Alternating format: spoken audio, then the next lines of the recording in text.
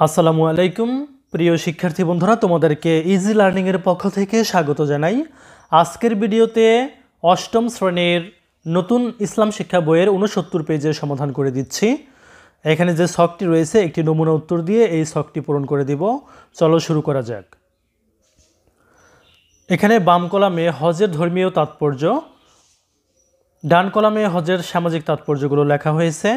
তো ধর্মীয় তাৎপর্যের মধ্যে রয়েছে গুনাহ মাপ, মানুষকে অন্যায় অশ্লীলতা থেকে আল্লাহর পথে ফিরিয়ে আনে, পরকালের কথা স্মরণ করিয়ে দেয়, মানুষ তার অসহায়ত্ব বুঝতে পারে, আত্মিক পরিশুদ্ধি অর্জন।